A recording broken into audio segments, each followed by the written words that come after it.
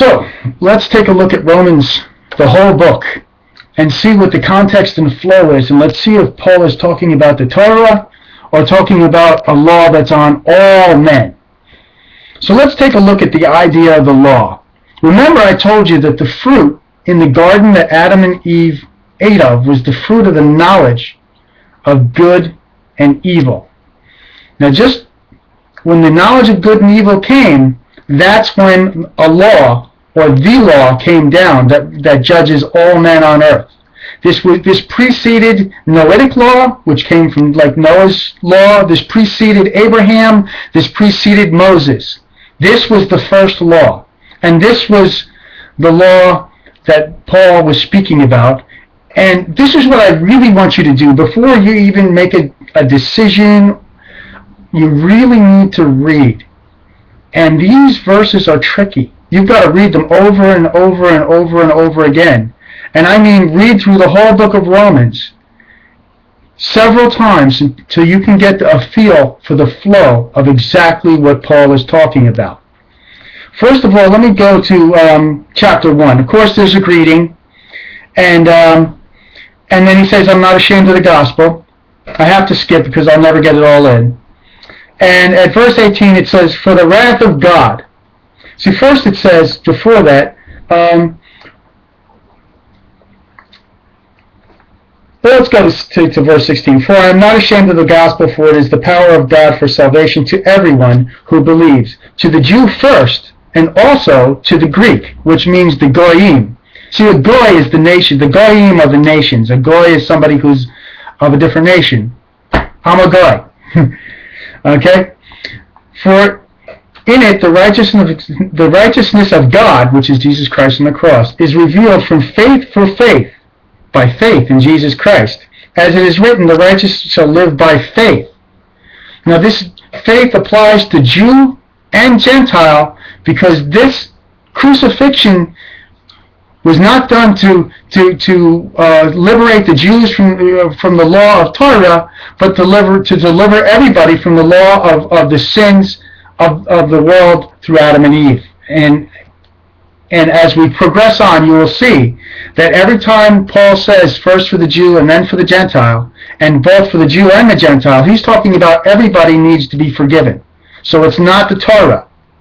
So, for the wrath of God is revealed from heaven against all ungodliness and righteousness of men who by their unrighteousness suppress the truth. And is that Jew and Gentile? We see that is the truth, because the Jews have been blinded, and by their Pharisees and the way they were, they suppressed the truth about the grace of Jesus Christ. And you will see it as it unfolds.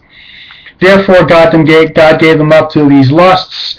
And then it goes, therefore you have no excuse, O man, every one of you who judges, for in passing judgment on another you condemn yourself. And then let's skip down to chapter 2 and verse 12.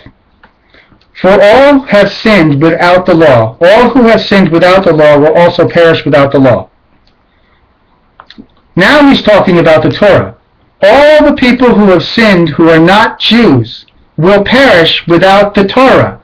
Why? Because they have the original law from Adam and Eve by eating of the fruit of the knowledge of good and evil, which was knowledge of sin, which is against man's conscience.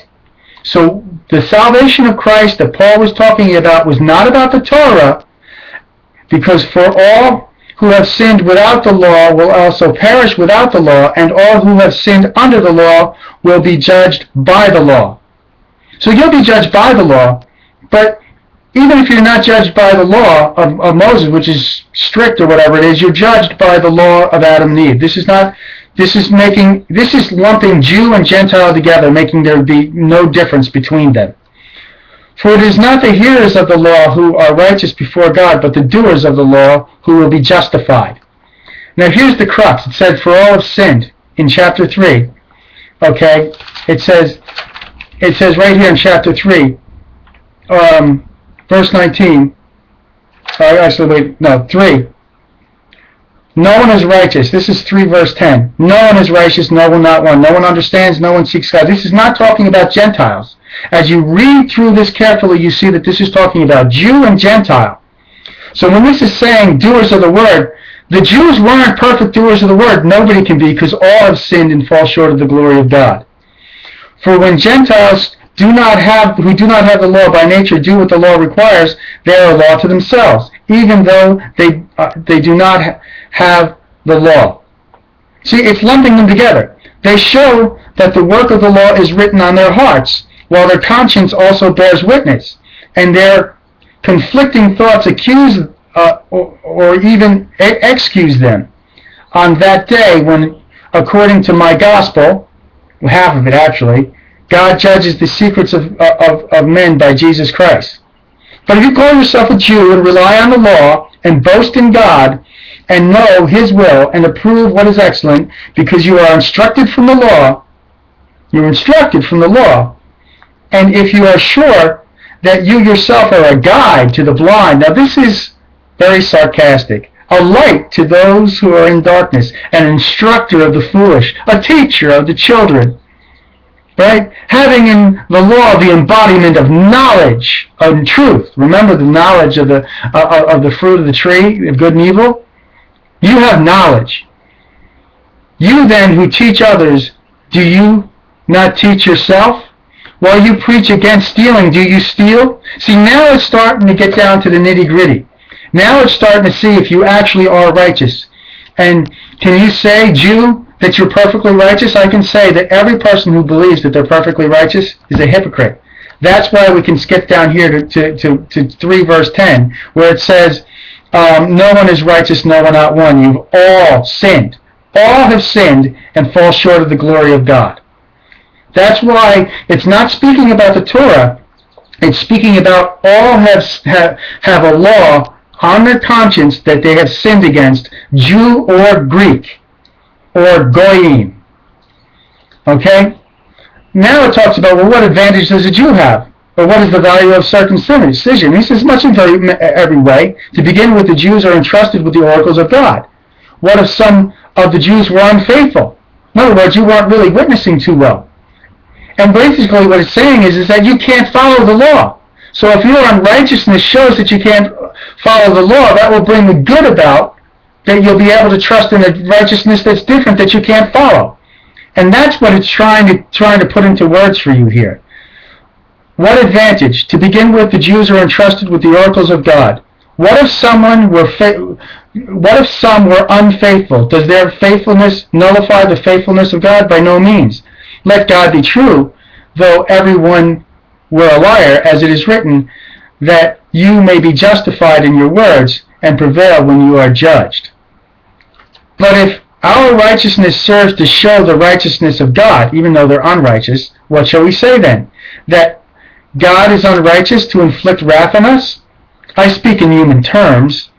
By no means, for then how could God judge the world? But if through my lie God's truth abounds to His glory, why am I still being condemned as a sinner?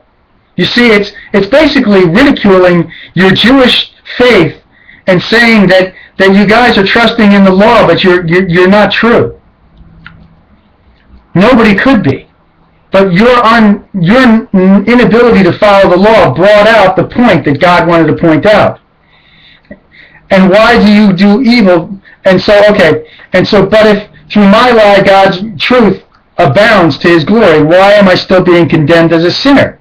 And why not do evil that good may come? As some people slanderously charge us with saying, their condemnation is just.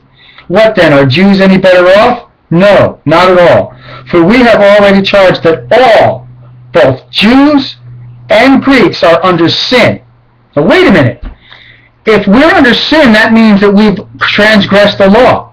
So Paul is definitely not speaking about the law of Torah when it comes to Jew and Greek, or Jew and Goyim, who have sinned against what? God.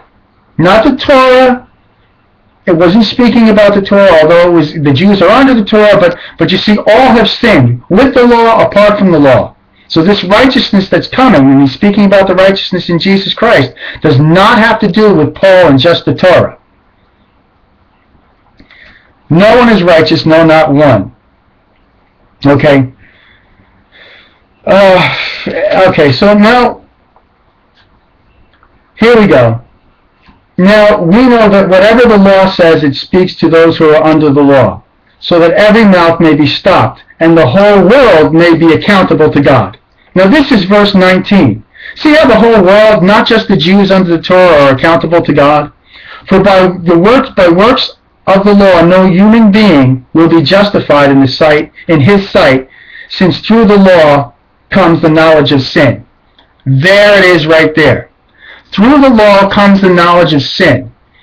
And what is happening here, basically, and I can cut it to the next video, is that same fruit of the knowledge of the good and evil was the knowledge of sin. It was the knowledge of good and evil, so you knew the law. So, for by works of the law, no human being will be justified in his sight, since through the law comes the knowledge of sin. And that's written on the conscience of the Jew and the Goyim. So Paul is definitely not speaking about just the Torah. Thank you.